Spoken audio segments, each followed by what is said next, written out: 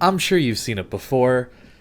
The guy posts a screenshot of himself top score on the losing team, and he's complaining about his teammates, or saying something along the lines of, I keep losing, it's not my fault, I'm top score all the time. I'm here to say that sometimes that's correct, but a lot of the time, you could have done a lot more to help your team. Just getting top score doesn't make you the best player or the most impactful player on your team. It simply means you manipulated the experience values and in the game, and you just happen to get the top experience. That's why the ranked system of saving a star on the losing team is kind of broken. It incentivizes you to play in a way that doesn't actually win games. It incentivizes you to play at the back of the map, farming as much damage as possible. And that's what you're about to see. This game was a double CV game. I didn't intend for this replay to be like this, where I am the reason my team lost, but it happened to turn out that way, and I thought it would be a great video just to show you guys an example of a useless battleship player that gets top score at the end. And this is my game. Don't think I'm, dumping on somebody else. This is me who played like this game. If I wanted to win this game or do better, definitely not sitting at the back like I did was the option. But the initial thought was double CV game. I don't want to deal with that, so I'm just going to go sit next to the carrier's AA. That is literally my thought process through this one. I was partway into a stream at this point, and I was a little bit frustrated. I was on a, I think, 5 or 6 game losing streak at this point, so I was a little tired of pushing in and trying and then failing at the end. So I play poorly in this one for a win. Sure, I get damage and all that stuff, but it doesn't matter, really, when I could have won this game. This game was an easy win if I push with my teammates and I tank some damage for them. As much as I like to joke about battleships not being that tank role, they definitely do soak shots better than a lot of your teammates. So if you want to win games, a lot of times it's good to be a distraction. Obviously, you don't want to die, so you can't really push in that hard, but you want to be close enough that you're distracting the enemy team from shooting your destroyers, your cruisers, that kind of thing. Not playing back where I am. A good spot for me definitely would have been on the IJ line, something like that. Playing near my Pensacola, that kind of thing. Maybe he would have survived a little bit longer. He did kind of YOLO in, sat broadside, but maybe he would have survived a bit longer, that kind of thing, compared to what actually ended up happening to him. But, yeah, this is what you shouldn't do in a battleship. This is what you shouldn't do. And now that we're kind of in the mid-game and I've kind of set the stage of this video, it's going to be... The gameplay's not that interesting. I just sit here. I want to talk about where you should be positioning yourself if you're wanting to impact the game for a win, okay? I think that this game is pretty clear on what you're doing right and wrong positioning-wise, in a general sense.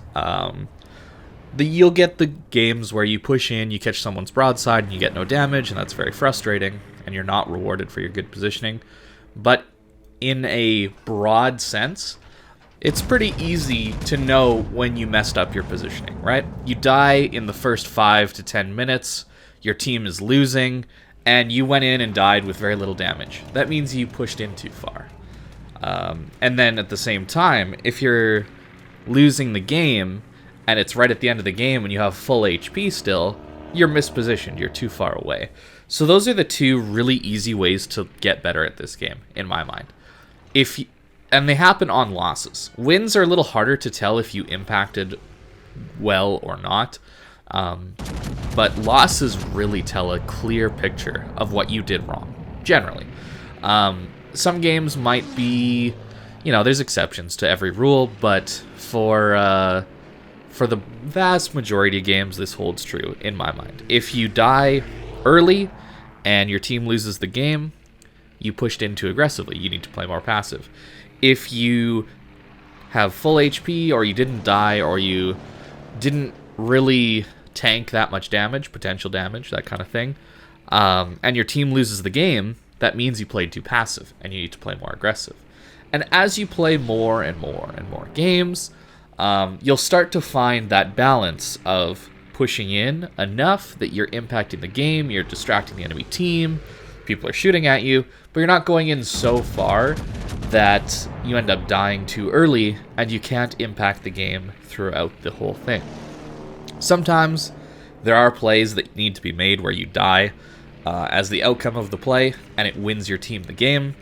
Those can happen, but they're pretty rare and generally take a pretty good player to accomplish those kind of plays, or even notice those kind of plays in the first place. So if you're someone who's new or trying to get better at the game, focus just on that. When you lose, did you die early? Or did you have full HP or a lot of health at the end of the game? That's the two things to look for. And then play accordingly. Make sure that you're able to impact the game still, but maybe play a little more passive if you die early all the time. But if you're at the back of the map and you lose a lot and you have a full HP a lot, try and play a little bit more aggressive. Push up, try and help your teammates, shoot destroyers, that kind of thing. That's got to be one of the easiest ways to get better at this game, in my mind.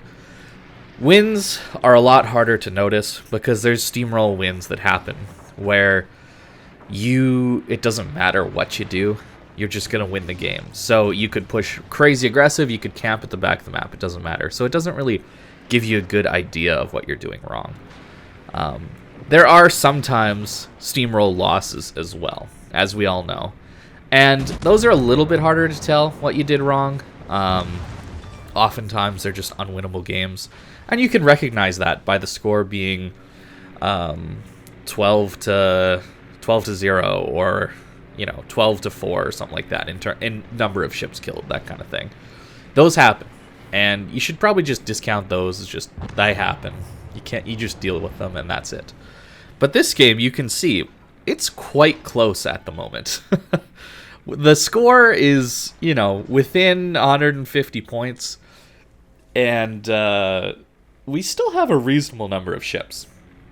The problem here is we've been pushed back to the back of the map because I am not applying any pressure on this side of the map, and I'm just allowing them to walk in.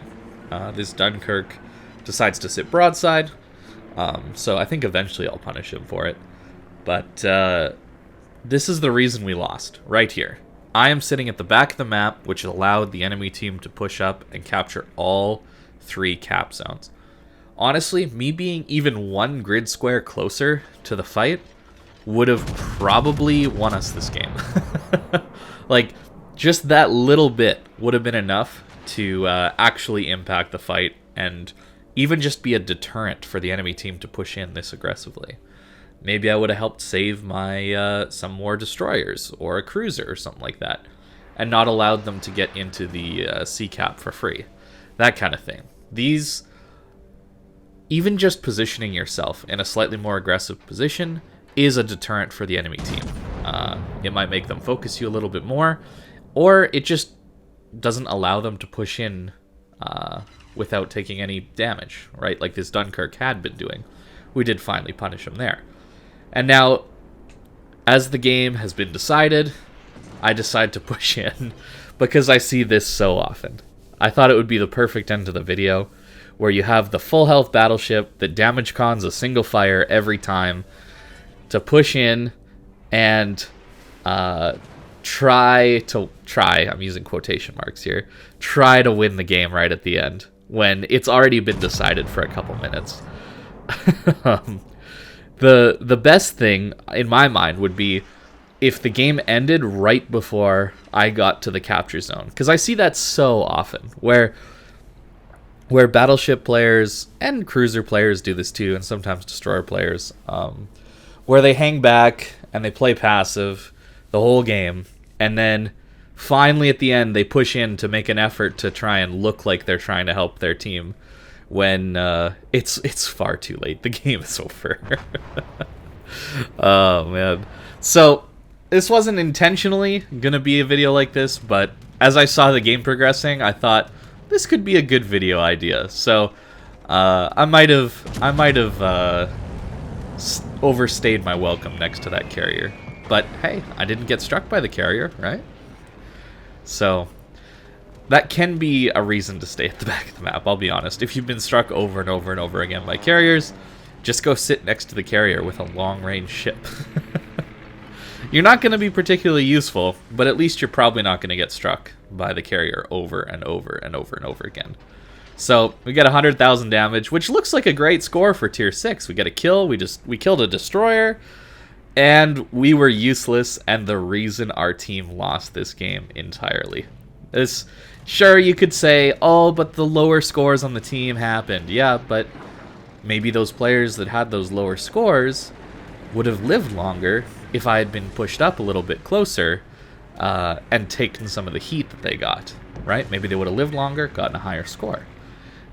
So that's why you can't really take the experience score at the end of the game as the correct measure of how well you did. Because we got top score by a pretty comfortable margin. And I think that I'm the reason we lost this game. I really do. So that's my little thoughts on this whole using the end screen score to show that you're good or not good at the game. So thank you guys for watching. I hope you maybe learned something, got something new to think about, and I hope you have a great day.